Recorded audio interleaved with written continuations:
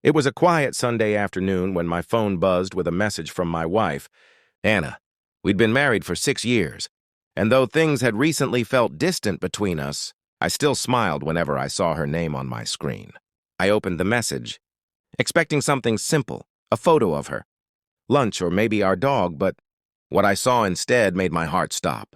The photos were intimate, clearly meant for someone else. My stomach twisted as I realized what this meant. My hands trembled and the room suddenly felt too small, too silent. For several minutes, I couldn't move. I just stared at the screen, my mind refusing to accept what my eyes had seen. Then another message came through. Can't wait to see you tonight. Baby. That's when I knew it wasn't a mistake.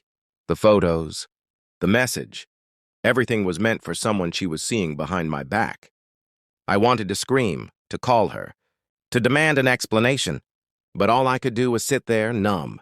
When she came home later that evening, she greeted me with her usual soft smile, pretending nothing had happened.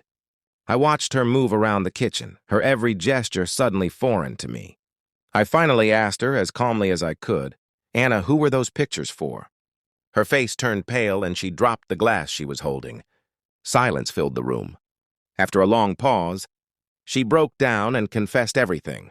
How lonely she had felt, how she'd started talking to someone online, how it had spiraled into something she couldn't control. I listened quietly, every word cutting deeper. Part of me wanted to throw her out, to end it all right there. But another part of me, the one that remembered our laughter, our late-night talks, the dreams we built, couldn't let go so easily. I told her I needed time and I left the house. I drove aimlessly for hours, thinking about what love really meant. Was forgiveness even possible after something like this? Over the next few weeks, we barely spoke. She wrote me long letters apologizing, saying she would do anything to fix what she'd broken.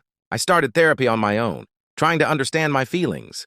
Slowly, I realized that anger was easy, but understanding was harder. She hadn't betrayed me because she stopped loving me. She had done it because we had both stopped talking. Somewhere along the way, we'd let our marriage drift into silence. One evening, she showed up at the therapist's office and asked to join me. That was the turning point. For the first time in years, we truly talked about pain, guilt, love, and what we still wanted. It wasn't easy, but piece by piece, we began to rebuild. The photos that once shattered my trust became a painful reminder, but also a strange gift. They forced us to face the truth neither of us wanted to see. Today, we're still together, not because everything magically healed, but because we chose to fight for it.